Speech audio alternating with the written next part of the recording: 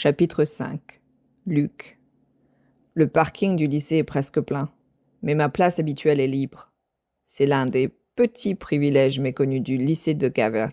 Certaines places sont réservées. Je ne m'y attendais pas, mais j'ai si bien joué mon rôle que j'ai fini par y avoir droit. J'attrape mes livres pour la journée et je sors de la voiture. Je fais un signe de tête à Cora. Elle veut que je l'accompagne à une fête avec elle ce soir. Elle porte un top qui ne laisse pas beaucoup de place à l'imagination, mais je ne vais pas m'en plaindre parce que la vue est loin d'être désagréable.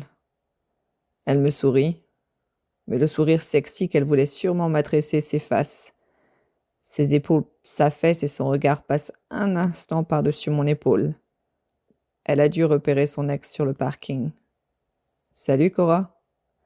Elle rougit. Ses yeux restent fixés sur les tatouages qui ornent mon bras. Elle ignore ce qu'ils cachent. On ne sera jamais assez proche pour qu'elle en ait la moindre idée.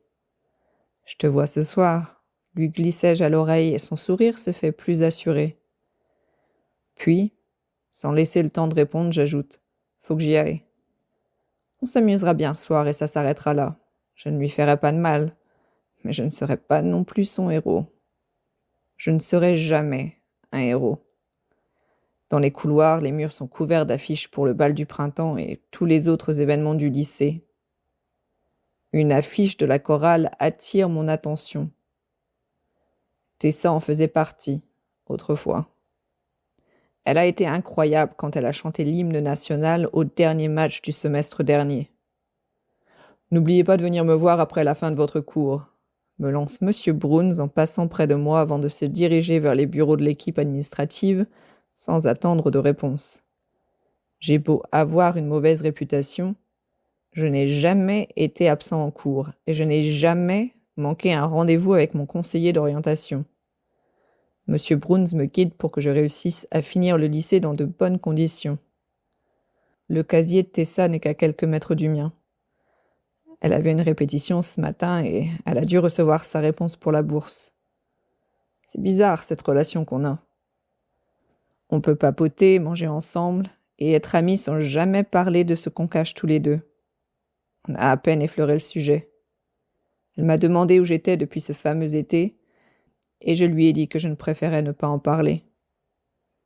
Il existe une sorte de mur invisible entre nous, une barrière que je voudrais détruire à coups de poing, mais en réalité, je suis terrifiée à l'idée d'y toucher.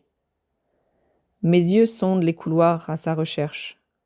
Je ne devrais pas être aussi obnubilée par elle, ses rires si rares ou sa façon de pencher la tête quand elle lutte contre l'envie de somnoler. La voilà. Elle me tourne le dos, mais je vois ses cheveux roux qui tombent sur ses épaules. Elle se balance nerveusement d'un pied sur l'autre. Kenneth la colle et se penche vers elle. Elle le repousse et il éclate de rire, un rire plein de colère. Je serre les poings. J'ai entendu les rumeurs, bien sûr. Encore un truc dont elle ne parle jamais. J'ai vu les photos postées sur ce site débile. Le calme qui m'envahit normalement quand elle est dans les parages éclate en 1000 morceaux. Je me suis déjà pris la tête avec Kenneth plus d'une fois depuis l'année dernière. En général, il fait en sorte de m'éviter. Pas aujourd'hui. L'adrénaline de mon entraînement de boxe coule encore dans mes veines. Et si tu dégageais de là, beau gosse? J'étends le bras vers le casier de Tessa pour la protéger, mais elle passe la tête par-dessous pour se dégager. J'ai pas besoin d'aide. Kenneth s'en allait, pas vrai? Kenneth me fixe les bras croisés. Il s'imagine peut-être que ça lui donne l'air plus costaud. Il se trompe. Alors c'est ça qui te branche maintenant, Tessie, les bad boys tatoués? Demande-t-il en ricanant.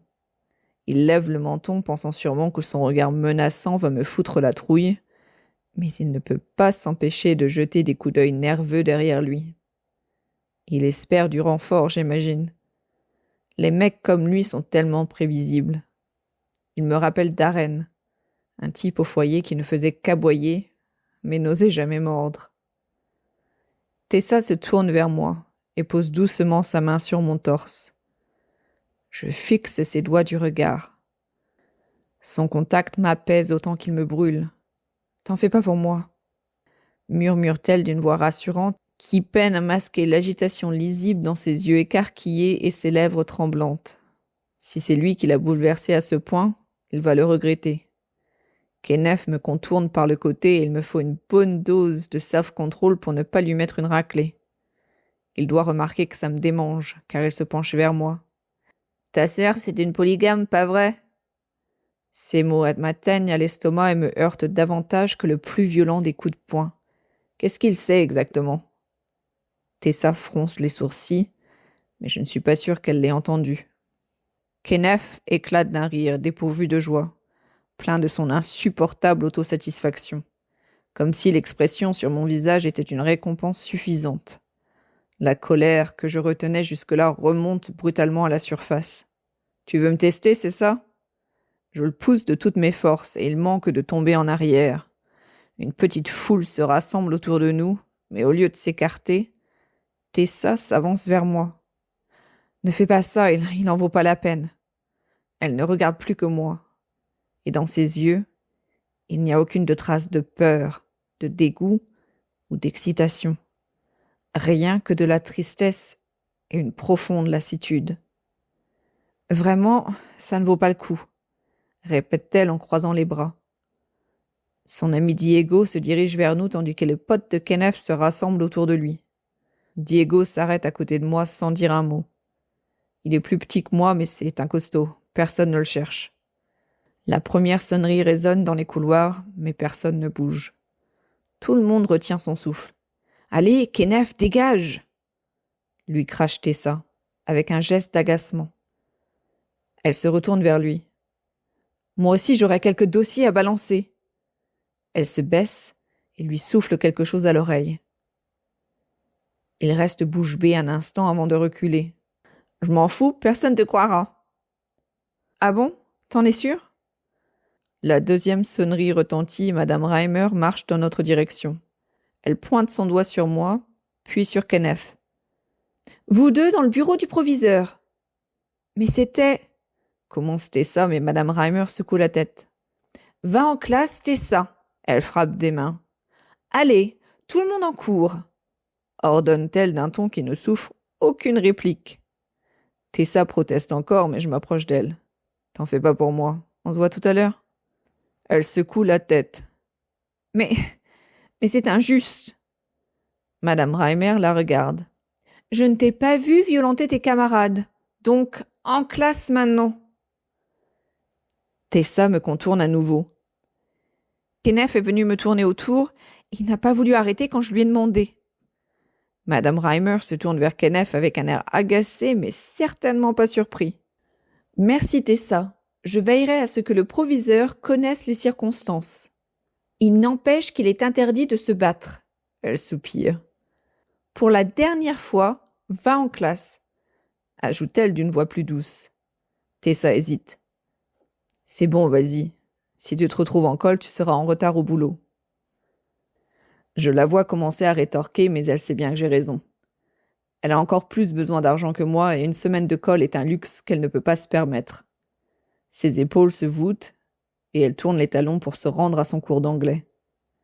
Kenneth et moi nous lançons un regard avant de suivre Madame Reimer vers les bureaux de l'administration. Si je garde la tête haute, Kenneth essaie lamentablement de se tirer d'affaire.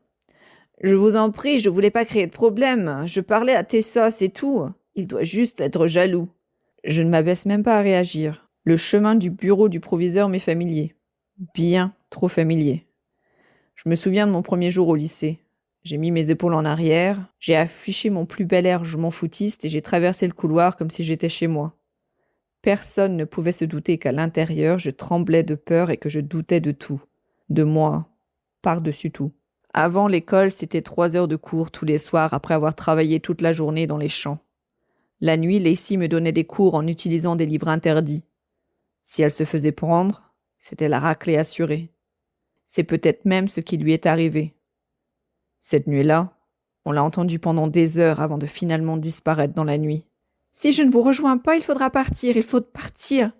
Jure-le-moi. » Les cernes sous ses yeux étaient immenses, ses mains tremblaient, mais sa voix était ferme.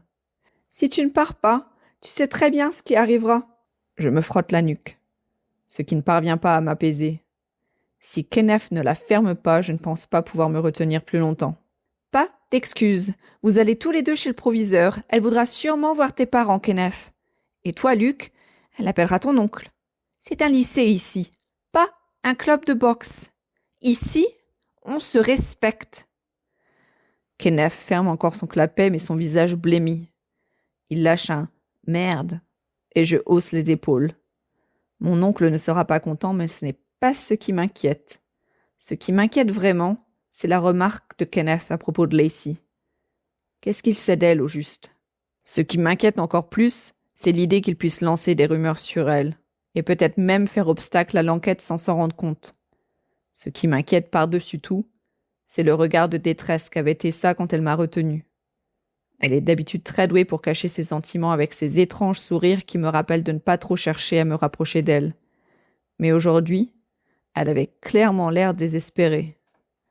Je voudrais tellement pouvoir lui redonner le sourire.